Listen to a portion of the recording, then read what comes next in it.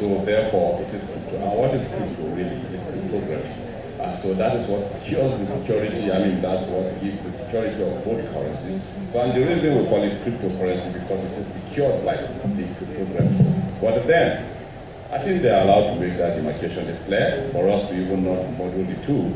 For the ones issued by regulated authority, let's call it the digital currency. But we know there's no argument about the technology underlying. Thank you so much, Deji. Thank you so much. Bros, you know, before the Nigerian CBDC launched, there were a lot of hypes. And they think they were doing something revolutionary. Do you think so? All right, thank you very much. I'm very happy to be here this morning to talk about the impact of CBDC. The question as to whether CBDC is something revolutionary or not, I think it's a question that's been asked many times, many forums. But the way I look at CBDC as a solution is a part of an evolution that is happening to money. And we've seen that evolution over time. You could go as far as the days of battering, but more recent history tells you we went from coin-based money to paper money, electronic payments, which there's also a discussion around how is that different from the CBDC itself, since we can spend money digitally even before the advent of CBDC. But the first point in that revolution, Senator was talking about the crypto earlier. Crypto for me, cryptocurrency, DeFi world represented that point of revolution where everything changed about money. You could have people that you can't put faces to their names, sort of create money that gets accepted by people. But with that cryptocurrency, Bitcoin being one of the popular examples, you have undeniable issues that we have to pay serious attention to.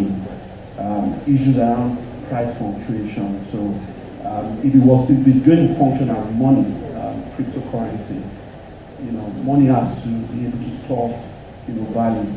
And in that challenge, there are use cases for people that are willing to take the risk with risk and reward, so you can put in some form of investment and expect it to yield.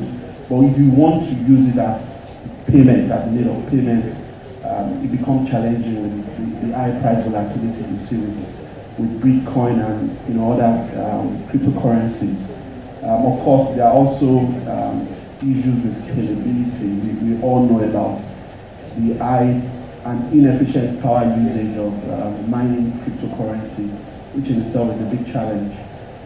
But on top of that, you then have another point in that evolution where private companies like the popular one, Facebook, issuing their own stable coin, originally Christian Libra. But that also adds its own challenges around acceptance. You see the pushback from different centralized monetary authorities like the US Fed in terms of how do we allow a private organization like Facebook control essentially what will be the monetary policy of a country as big as the US, and the impact it could have on the global scale when you look at the billions of users onboarded on our platform. So the CBDC represents for me another step in that evolution, where you're seeing the central banks across the globe trying to then respond to the wave of change. That wave is here and now. And that a foreign company had to win the bid for technical partnership. But I know that it's like different strokes for different folks, because I know we were consulted and we made input to the technical committee, and we also did some resource provision to them. Deji, I'm also sure that you're not going to deny that, and you yourself, you are really transparent in the issuance of the CBDC. Thank you again for that beautiful question. Now, when it comes to the central bank digital currency, the money to be used not by the first family in the country or by government, every Nigerian. And from what I understand, it's also going to have universal accessibility meaning any other person can actually use the tool. Now, was there enough consultation? Was there consultation? Yes. I'm aware there has been consultation. I'm aware that the Central Bank of Nigeria got involved with CBDC research first in January, as far back as 2017. That was when the CBDC research started. And consultations have been going on. But where? Privately, with consultants, whether local or international. Consultations were going on. Research was going on. Work was going on. Deliberations were going on. Nigerians who are the potential, they didn't know what was going on.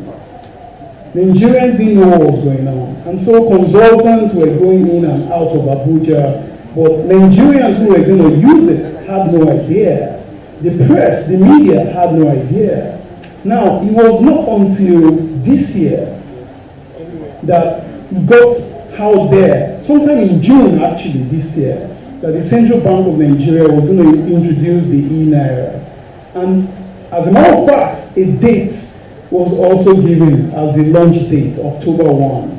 That was a shock to a lot of people, even for consultants, quotes and unquotes, like you and others.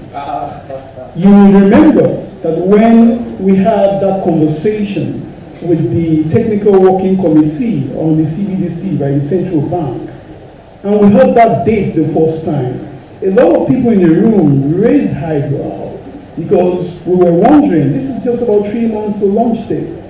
And right now, we don't have any idea about the cybersecurity framework, about the technology you're using, about what is the scope, how is it going to be launched, nothing. And so we asked questions that day, and we were told that very soon the guidelines will be out there. Now, yes. So to come back to that question, was there consultation? Yes, but there was no enough consultation. Public interface, public consultation wasn't there. And let me point this out, please. If you go to other central banks, from Sweden, Switzerland, Ghana, what's it called now? England, USA, you see that there's a lot of consultation going on with the public, with legislators. Those things give you the opportunity to bring things out. So by the time you launch, adoption will just flow. But right now, you're seeing what's happening now. It has been launched, but people are asking questions that we should have answered 3 years ago, 2 years ago, 1 year ago. So I don't think there was adequate consultation. Thank you so much. Really appreciate you taking time to talk on that. You know, we just barely started and we got notification that we are out of time. So you guys have to excuse us. So if you have questions and you want to ask those questions, please get them ready.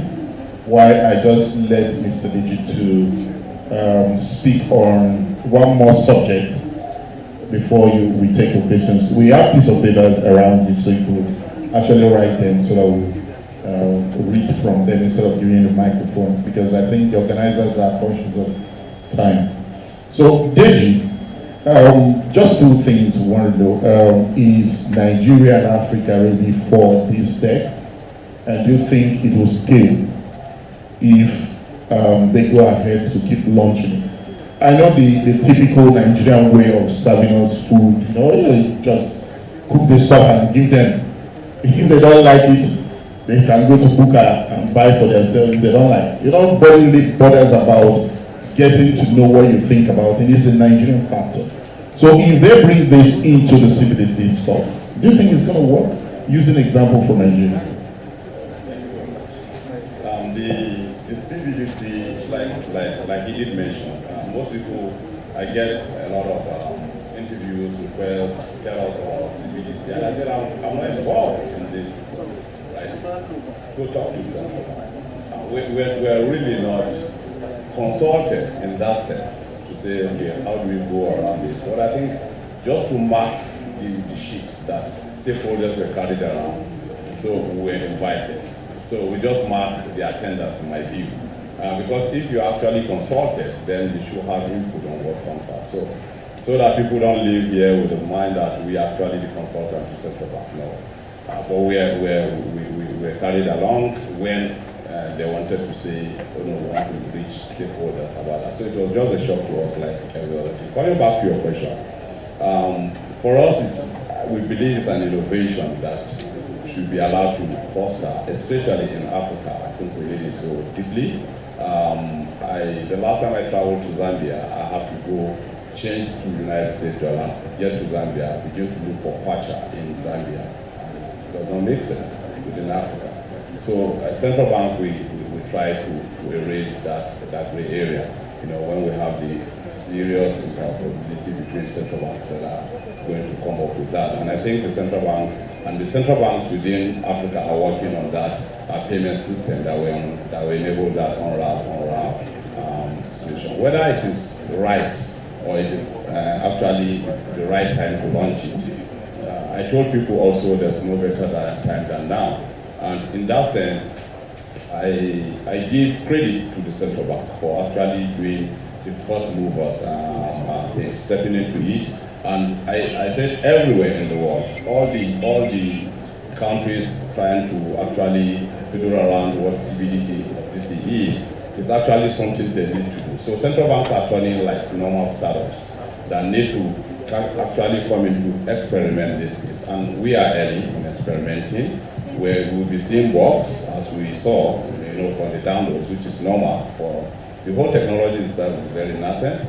And so for central bank to be some of the people that will actually take the first move, I think we should give them credit. They will learn as time goes on. And as Nigerians, we should also be patriotic to support them to succeed. And that's what I think it is. If we begin to bash them because they didn't actually do the right thing, in my view, the consultation like we talked about, the technology partner selection, so many things are not adding up. But this is ours. I get a lot of kudos internationally. Oh, your country is doing superb, and you guys have done this. For me, I felt this sense of pride that we're actually taking the first move when others are scared of taking the steps. So, and that's how for people that bring transformation in this whole thing, they move fast. I had this opportunity to train the central bank, I think 2 weeks ago, from different departments came in for training to understand cryptocurrency and blockchain. And I had a full 1 week long with them. And what I was saying is, this is a breakthrough. You guys are getting it. You guys are knowing it. And it is something I think all of us should understand. The first thing is, let's deep down, learn it as we go. And I pray, someone just questioned me not to pray, that they have to just do it right. And we should stop praying that they succeed, but I wish it. All right, thank you so much, Mr. Deji. Thank you so much. We have one question here, and before I take this question, I want to give my brother an opportunity to, well-traveled to be here, so you can just have only a slot to speak. So I want to ask you something, which is also very important.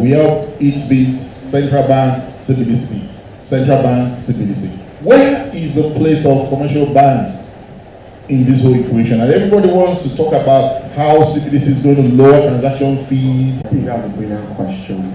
When you look at the current, the two-tier model we have, with the distribution of cash, you have the banks, right there to service, the retail people, individuals, you and I, businesses that need cash. So when it comes to things like financial inclusion, which is an all-important topic to drive economic growth and stuff like that. The current banking model, for all the good effort, all the good work that the banks have done, you find that there are certain segments of, our value chain, retail value chain, that is still excluded for obvious reasons. You won't have bank branches everywhere, you won't have ATMs everywhere. It doesn't make business sense for that to happen. But that's not to say you don't need banks. Banks provide very good service of banking, but there's also the popular saying of, probably what we really need is banking and not only banks. So how do you then bring, other players, other FIs, FinTechs to that ecosystem, right? To be able to provide last mile payment services, which is really the opportunity that the CBDC brings. So, but that's not to say, the incumbents should be completely taken out of it. It's just an opportunity to bring in more players into the ecosystem. And when done right, you could have certain design consideration and decisions that that ensure that you really don't have, for instance, people now looking at CBDC as the only way to make payments. Everybody moving out money from their current account or checking account, which in itself has a negative impact on the economy, because you can then see how difficult it will be for banks to fund loans, how difficult it will be for certain pay salaries. Absolutely. So, there still should be a place, in my view, for banks, but the opportunity that this creates is, not having, the total dependency on the current banking architecture, being able to bring other bringing more players into the system. Thank you so much for that. Absolutely, you got that right on point. And that brings me to the question which actually is directed to CNETv and is related to what we just talked about, which is on financial inclusion. It's also one of the key points that CBN touts as the key element that the CBDC is going to bring. How will this happen, seeing that it's not a standalone solution? It's a solution that depends on network connectivity and penetration. So, how do you think it will play out? Thank you very much. When it comes to financial inclusion, it's a big issue, especially in developing countries, Africa, Nigeria as well. I understand that up to about 40% of Nigerians are yet to have access to banking services presently. So we expect that the CBN can leverage on the e-Naira to drive that. How? The CBN has told us that it is looking at USSD codes as means of also enabling transaction in e-Naira, which is a wonderful, wonderful idea, because there are Nigerians out there, millions of them, who don't have access to the internet. And there are also Nigerians who don't have smartphones. And so if they can use that e-Naira to enable that, I think a lot of Nigerians who are outside the financial inclusion brackets can then come in. Another way I think that the CBN might want to also look at, which I think some of the leverage already looking at it. If you look at the tiered framework it has in terms of the volume of transactions that users of e-Naira can have or use, you find that the first tier is you don't need to have a bank account to run on the first tier. That's a very wonderful idea. I've always been saying that this blockchain is an opportunity for you to set aside a bit all of those heavy KYC stuff that keep millions of Nigerians away from the financial system, and just leverage on the cryptography that blockchain brings. Because with that, you can secure a lot of transactions without necessarily getting people's ID and all that. More so because we have challenges with our ID system in Nigeria and across Africa. So leverage on blockchain to bring millions of people in. They can transact at some level without you knowing who is transacting. All right. When it gets to a certain level of transactions, you then say, please give me your ID card. Yeah. Thank you so much for that brilliant input there. Thank you so much, ladies and gentlemen. I don't know if there's any more question or there's something that you want to know. I think we still have 2 more minutes. 2 more minutes. While we wait for that, can I just quickly add to the point you made on financial inclusion? Yeah, you're right in saying that part of the issues we have with financial inclusion is the infrastructure that will drive access. We say ATM is not going to be everywhere, banking branches will not be everywhere.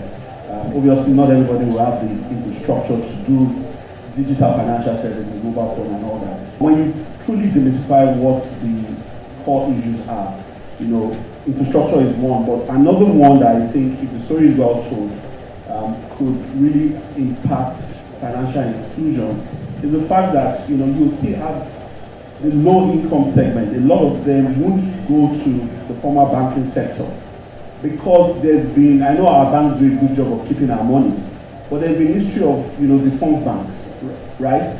There's been history of defunct banks. Some of them know about this and would never put the money in the bank. They would rather put their money somewhere, in their under their mattress or stuff like that. So you have people that are deliberately not included because of that fear of losing their money. So the impact and the power you have with cash is exactly what you have with the CBDC, which is that it's not money that is, a liability of a private entity like a bank or a commercial bank. It's a direct liability on the central bank. So, what that means is that you all that, safeness, that guarantee, the security that, you are actually holding cash that you can't lose. And that in itself, if that's what is well told, if the design of the CBDC is done to address that, can be a game changer as well for people that have that concern about losing their money. Yeah, thank you so much for that. Thank you. One question there. Okay, one more question. Please, can someone help us pick the piece of paper from you? One of the things that I always raise as an issue when we discuss CBDC in different fora is the CBDC issuance by central bank is not really the problem. The problem is that they are being issued as a crypto drive, while not also addressing the fundamentals that drive crypto adoption. Okay, fundamentals like the quest for decentralized system of managing finance. Have you received eNaira yet? Who has downloaded and connected and gotten some eNaira in his wallet? Anyone here? Witness? Any witness? Mr. Nichols, have you anyone? Not yet. Okay. Thank you so much for that. This person is saying the eNaira wallet was launched and registration has not to be done using BVM, which defies the law of decentralized wallet and blockchain that is being anonymous. Okay. Nobody will want to use that. People will use it, bro. This will also prevent people without a banking from using or having access to the wallet. No. Majority of people will use CBDC. Okay? Because it's protected by the government. Alright? So, it's not everybody, maybe you like crypto, it's not everybody. In fact, millions of people want to play with crypto. Okay? So they will go with CBDC. So thank you so much everyone for listening. And on behalf of my panelists, I want to thank the organizers again for giving us the opportunity to share this knowledge and this thought with you people. And see you some other time in different fora. Thank you very much. Let's put your hands together for our panelists once again. Of course, we have Mr. Olatunji. Would you please stay back for a group photograph, please? Thank you very much. Sorry, I mentioned that earlier.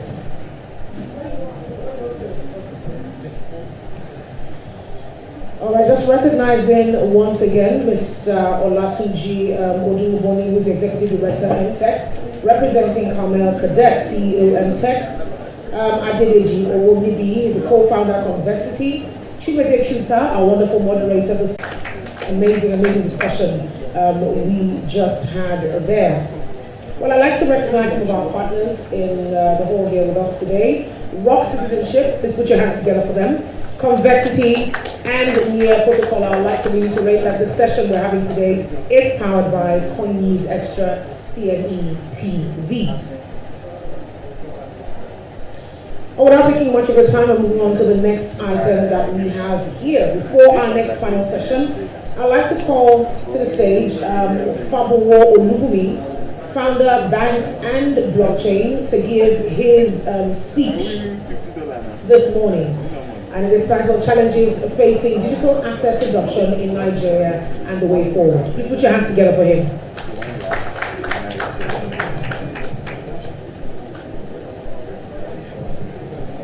Good morning, everybody. My name is Olufumi Fabanwo, and it's an honor to be here.